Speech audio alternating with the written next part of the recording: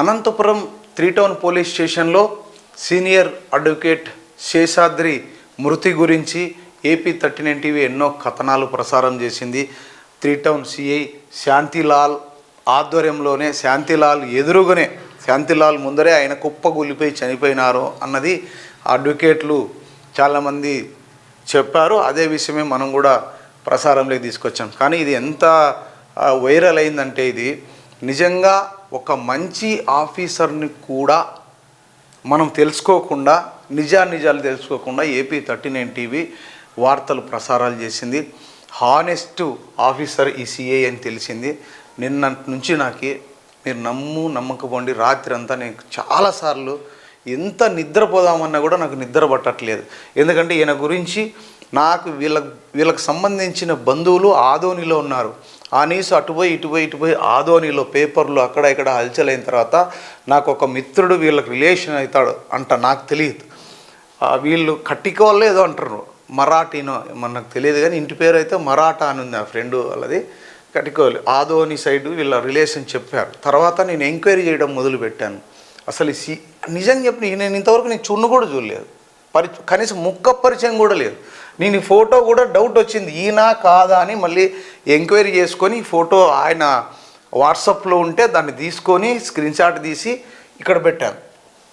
ఇంత నిజాయితీపరుడు ఆఫీసర్ని మనము ఈ విధంగా చేయడం తప్పు అని నాకు అంతరాత్మ అనిపించింది. చాలామంది లాయర్లు చాలామంది నిన్నంతా ఫోన్ చేసి బా సూపరు కేక, కింద మెసేజ్లు, పోలీసులు ఇట్లా, పోలీసులు ఇది అది ఇది అని. కానీ మంచి పోలీసులు ఉంటారని కూడా మర్చిపోకూడదు. పోలీసులు లేకపోతే సమాజంలో ఏ వ్యక్తికి కూడా రక్షణ ఉండదు.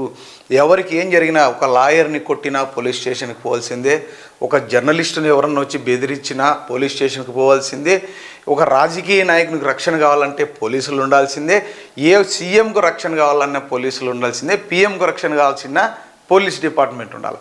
అలాంటి డిపార్ట్మెంట్లో కేవలం కొంతమంది అవినీతి పరులు, కొంతమంది పొగరుబోతు పోలీసులు అనాలా. నిజంగా ఆ డ్రెస్ చేసుకుంటే ఎక్కడ లేని మైకం వస్తుందో ఏమో తెలియదు, కానీ అలాంటి వ్యక్తుల వల్ల ఇలాంటి సౌమ్యులు, ఇలాంటి ఉత్తములు, ఇలాంటి నీతిపరులు, నిజంగా చెప్పాలంటే కరప్షన్ లేదు. ఈయన ఏసీబీలో పనిచేశారంట 3 సంవత్సరాలు. ఏసీబీలో పనిచేయాలంటే ఎంతో నిజాయితీగా ఉండే వాళ్ళని మాత్రమే ఏసీబీలోకి తీసుకుంటారు ఎంక్వైరీ చేసి. ఇలాంటి వ్యక్తి మీద న్యూస్ పెట్టి, అది కూడా నేను ఫస్ట్ న్యూస్ పెట్టింది నేనే, నాకు తెలియదు స్టేషన్లో జరిగింది అని అడ్వకేట్లు చెప్పడము, అది గొడవ కావడము, అది కాస్త నిజంగా ఏమైనా జరిగిందేమో అనుకున్నాం. తర్వాత ఆ స్టేషన్లో ఏం జరిగింది నాకు అనవసరం. కానీ స్టేషన్లో అయినా, ఇంట్లో అయినా, ఎక్కడైనా కార్డియాక్ అరెస్ట్ అనేది ఉన్నట్లుండి జరుగుతుంది. మనం చూస్తున్నాం. ఇప్పుడు నేను ఇట్లా మాట్లాడుకుంటా అలా పడి అలా చనిపోవచ్చు.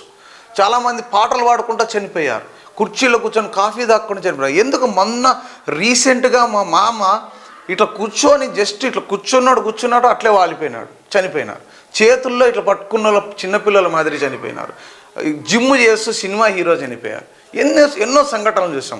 కానీ దరిద్రం ఏంటంటే, ఆ పోలీస్ స్టేషన్లో చనిపోయినాడో లేదో తెలియదు, కానీ పొద్దున్నే 9 గంటలప్పుడు పోలీస్ స్టేషన్కి వెళ్ళాను. సిఐ గారు ఉన్నారేమో, కనీసం ఆయన ఒకసారి వెళ్ళి పలకరించి సారీ చెప్పుదాము, సార్ ఐఎమ్ సో సారీ, మీలాంటి హానెస్ట్ ఆఫీసర్ని అసలు అక్కడ ఏం జరిగిందో తెలియకుండా ఇంత పెద్ద న్యూస్ వైరల్ చేసి ఇదంతా ఒక ఇష్యూలాగా, స్టేట్ వైడ్ ఇష్యూలాగా అయిపోయింది అన్నట్టుగా ఆయన కలుద్దామని పోతే లేరు.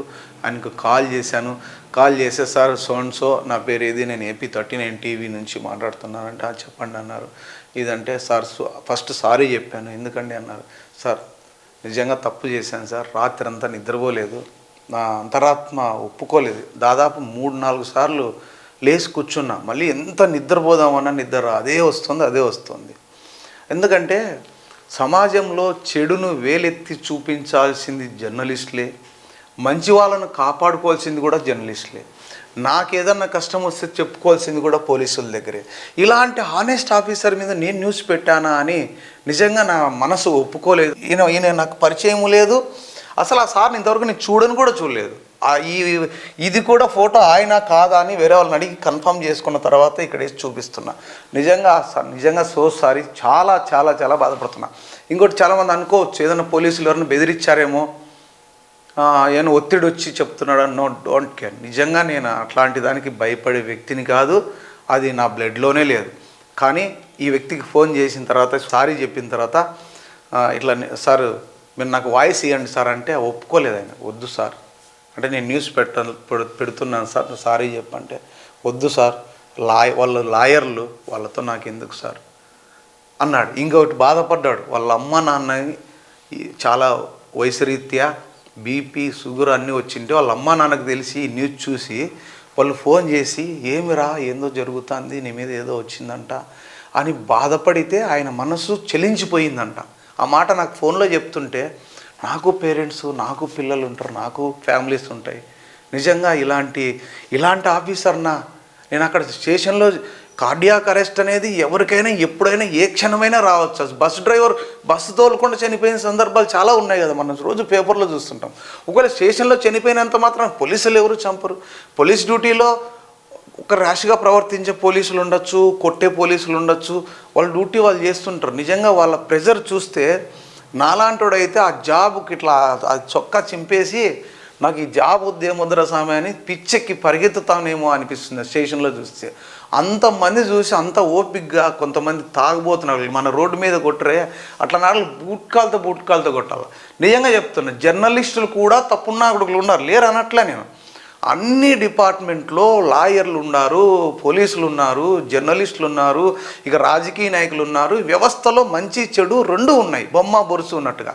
కానీ మంచి ఆఫీసర్లు ఉన్నారు. ఈ చెడ్డవారు ఏదో 10% 20% ఉన్న వాళ్ళని వాళ్ళు ప్రవర్తించే తీరు, ఇంకా ముఖ్యంగా కింది స్థాయి చిన్న కానిస్టేబుల్లో ఉన్న వాళ్ళే ఎక్కువ పొగరుగా ఉంటారు. వాళ్ళ వల్ల ఇలాంటి ఆఫీసర్లు ఏదైనా చిన్న తప్పు చేసినప్పుడు విపరీతమైన ఫోకస్ చేస్తారు. అదే చెప్తున్నాం కదా, నిజం గడప దాటే లోపు అబద్ధం ఊరంతా తిరిగి వస్తుంది అంటారు.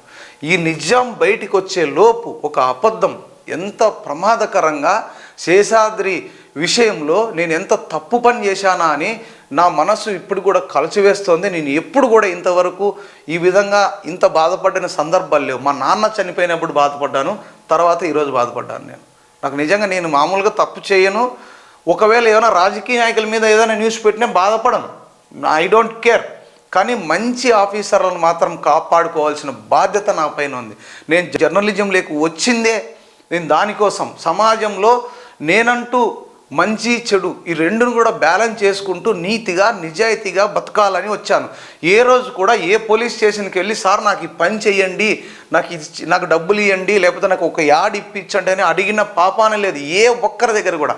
ఎప్పుడన్నా పోలీస్ స్టేషన్కి పోతే కేవలం వేరే వాళ్ళ కోసం పోయినాను తప్ప నా స్వార్థం కోసం, నా కోసం ఎప్పుడు కూడా పోలీస్ స్టేషన్ అడుగు తొక్కింది లేదు. నేను గర్వంగా చెప్తాను. ఇప్పుడు కూడా నా స్టాఫ్కి కూడా చెప్పాను, దయచేసి మీరు ఎక్కడైనా కూడా ఏదైనా తప్పు చేసో దొరికితే AP39 టీవీని వాడుకోవద్దండి, నాకు ఫోన్ చేయొద్దండి.